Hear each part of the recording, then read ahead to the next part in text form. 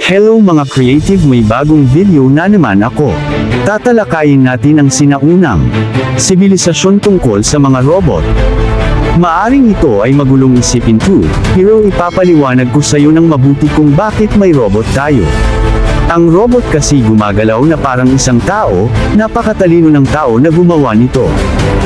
Bago natin simulan, maglagay muna tayo ng disclaimer. Ang video na ito ay likhang isip lamang. Ang video na ito ay nais lamang ibahagi ang sinaunang sibilisasyon tungkol sa mga robot.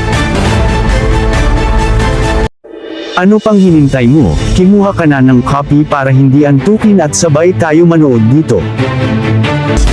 Papayag ka ba ang isang tagapagsilbi sa iyo ay isang robot na babae kagaya nito? Ano sa palagay niyo mga creative, totoo kaya yan? Maganda, maamo ang mukha. At parang nakakaaliw tingnan, matalino at marunong magsalita, para talagang tao kung titigan mo. Ano sa palagay niyo, totoo kaya to? At hindi lang yan, yung ibang tao ginawa silang asawa tulad ng matandang ito, masaya sila at nagmamahalan. Naghalikan pa, sa maraming tao. Sa katunayan, nabobuntis din sila at nanganganak ng marami. Tulad nito. Kakaiba kasi ang mga teknolohiya nila at marami ding mga scientists ang nagpatunay nito. Sa iba nga binibenta nila at kikita sila na limpak-limpak na pira, pinoprogram nila at may buhay din tulad ng tao at marunong magmahal at marunong magsalita. Yung iba nga kinukunan pa ng picture at video, talagang nakakaaliw ang mga robot na to.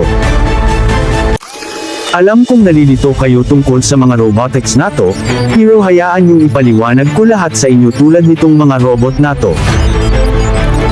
History lesson muna tayo mga creative, para maintindihan nyo lahat na to. Alam kong magulo ang isip nyo dahil nito. Ang konsepto ng mga robot ay nagsimula noong sinaunang panahon. Narito ang ilang mahahalagang punto sa kasaysayan ng robotics. 1. 3,000 years, ang mga unang mekanikal na aparato tulad ng mga water clock ng mga Egyptyo ay ginamit upang mag-strike ng oras. 2.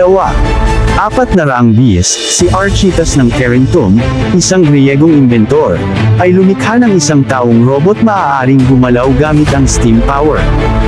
3. 9th century CE, ang mga automatikong aparato na pinapatakbo ng tubig ay ginawa sa Hellenistic Egypt.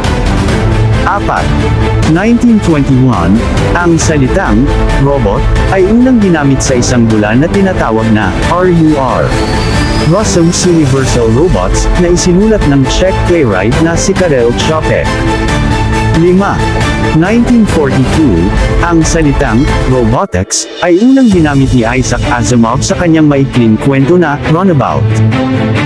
Ang modernong konsepto ng mga robot ay nagsimulang umunlad noong Industrial Revolution, kung saan ang mga makina ay pinapatakbo ng mga maliliit na motor at kuryente. Ang mga unang modernong robot ay ginamit sa mga pabrika bilang mga industrial robots noong ika-20 siglo, 43 Desicandelas 982 hanggang 70 BB4A1 FB0 e 981,162,054. Kung nais mong malaman pa ang iba pang detalye tungkol sa kasaysayan ng robotics, gagawa ako ng part 2.